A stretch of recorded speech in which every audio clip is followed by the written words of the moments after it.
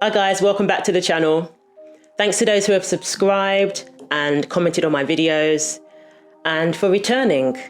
I'm going to do a few reactions to the whole debate of biological males in women's sports. So stay tuned. Should trans women be able to compete in female sports? Of course they should. I think so, yeah. Why? Because they're women as biological women are. So I think they should because of this. How does that happen? Please explain how that happens. How all of a sudden you're a man and you now want to be female, or you want to be a woman, and now you're the same as a biological woman. Okay, got it. Yeah, basically my answer is the same. But do you not think that they have an unfair advantage? How is sport split? So when you go to football, it's sport biological males against biological males and biological females. Like there's female sports, then there's male sports, correct? So you think they would have an advantage because they were born as males? Partly. Okay. Yeah, it could be. Yeah. Right. Yeah, that could be, but I don't think they should be excluded from, competition. I think they. Sorry, I don't think they should be excluded because of this. Okay, like he said, in reality, we have male sports and we have women's sports. They don't compete against each other. They have their own category because of the physical differences, the differences in physical capabilities. So we have men's boxing and we have women's boxing. They don't fight against each other. So in a way, they are excluded. Men are typically excluded from women's sports and vice versa because they stay in their own categories. So somehow, for some reason, she's acting brand new, like she doesn't know this. Men and women do not compete against each other in the real world. So now, if you identify as a woman, that doesn't mean that you should now be competing in women's sports.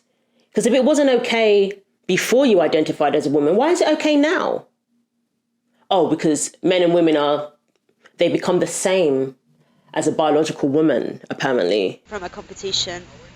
I'm not saying they should be excluded. I'm saying they should have their own league. Well, I don't think so. That would be discriminatory. I don't think. Is football split in male and female? Is that discriminatory? Is that discrimination? No. You know it's not. It's No, but they're not a third gender. They're females as biological females are. First of all, I totally agree. They're not a third gender. I agree with that. But in saying that you don't want to discriminate against the males, the biological males, you are basically discriminating against the women because they're the ones who are forced to compete against biological males. They're the ones who are having their feelings discounted. They're the ones who are having their concerns dismissed. So they're being discriminated against. You can't have it both ways. These are the same people who probably call themselves feminists. But how does that work? When you're advocating, so to speak, for biological males competing against females. Biological males who have an unfair advantage because they have stronger physical capabilities than the women, regardless of what hormones they've been taking.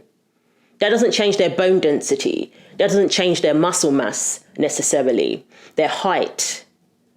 So this is what these women are up against. They're the ones losing their scholarships, losing their place, qualifying for certain events. The woman who comes fourth, if the first three go forward, the woman who comes fourth has to be resigned to the fact that she missed out because of a biological male.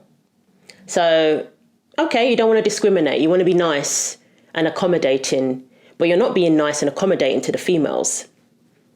You can't have it both ways, like I've said.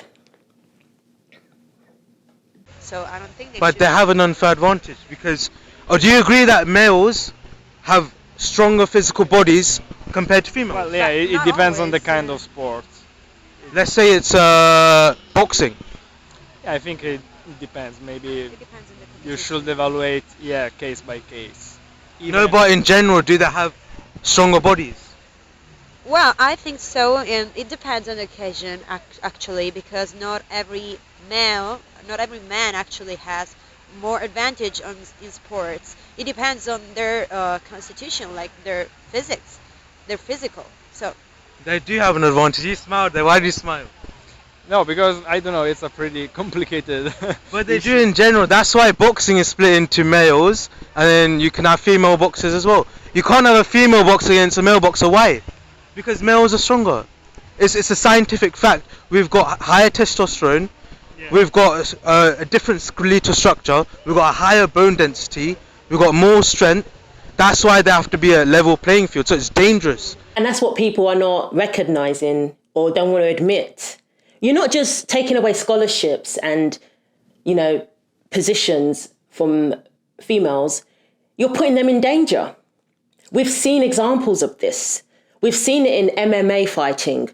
We've seen it in volleyball even. There was that young girl who ended up getting knocked out and rushed to hospital because a biological male slammed the ball towards her, hit her, knocked her out cold.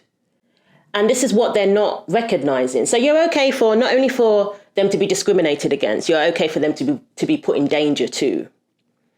All in the name of you don't want to be called transphobic or, you want to be part of this weird movement that's going on. If a man comes and competes in a women's league, it's dangerous. They can get hurt, seriously injured, seriously hurt. It's taking away opportunities. A transgender female. It's a woman, born a man, running track. Let's see it. Kyle Gabinelli.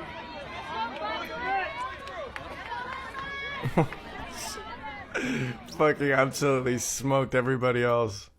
Oh no, there's no physical advantage, clearly. You know how humiliating that is as well for those girls, or demoralizing, especially when this is your future now. Every time you're going to go to certain events as an athlete, compete in certain competitions, there's going to be those two trans gender women in your event, and you have no chance. It's demoralizing to those young girls, those young athletes. But again, people are more concerned about the biological male than the women, than the girls. Men are faster than women, men are stronger than women, and men are better at sports than women. Period. Woke culture is becoming extremely dangerous, and there is a big push right now within the UK and the US for the inclusion, or more inclusion, of transgender women within women's sports. Ironic that there's not a worry about the inclusion of transgender men in men's sports. Ha! Of course. We're not having a debate when it's the other way around, are we? It's not like a bunch of trans males fighting to compete with biological males, are there? There's not a bunch of male athletes feeling disenfranchised because they have all these trans males competing against them and dominating their sports. I wonder why. Yet we claim that there's no difference between men and women, male and female, when it comes to sports. And then you get called transphobic if you push back against these. It's like saying a 25-year-old muscular male who is black competing against 16, 17-year-old kids. I'm racist for saying that's unfair. No, it's just not fair. There's a biological difference between the two. Now, what we need to ask ourselves is why and who is pushing this agenda? Because it's very unlikely there's a load of politicians with transgender wives or transgender kids that want to be included in these sports. I think there's a blurring of gender lines and a force for extreme control which creates a weak populace that will do anything. Ask yourself why. The rest of the world is laughing at America with all of this going on. Do you think this is happening in countries in Africa and countries in Asia and, well, maybe Thailand, actually? But still, do you think people who have got, real problems are now worrying about transitioning their children and things like that? No, they're more concerned about feeding their children. It's definitely making us weaker as a populace, as he said. I agree.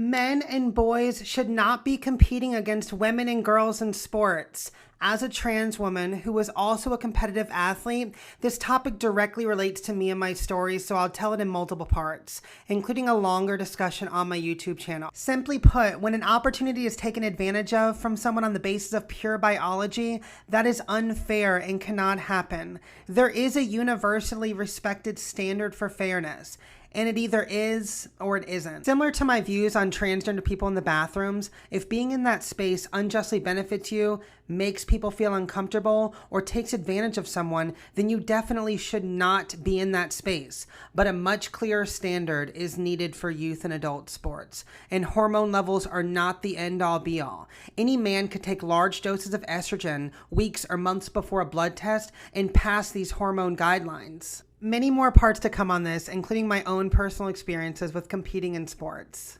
Now, I would take a guess and say that this person was probably a good athlete when they were a male competing in sports. Kind of like Caitlyn Jenner. As Bruce Jenner, Bruce was successful as an athlete. Bruce didn't need to go over to the female world of sports and compete against women in order to be special. Bruce was a good athlete, and it wouldn't surprise me if this person was a good athlete too. But funny enough though, the ones who do come over to women's sports are usually the ones who were like not even mediocre when they were competing against men. They were, ranked 400 and something? Leah Thomas, I think.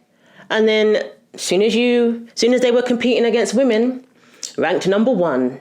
Interesting. But the athletes who were successful as males or competing against other men, they're not the ones trying to push for this. Interesting.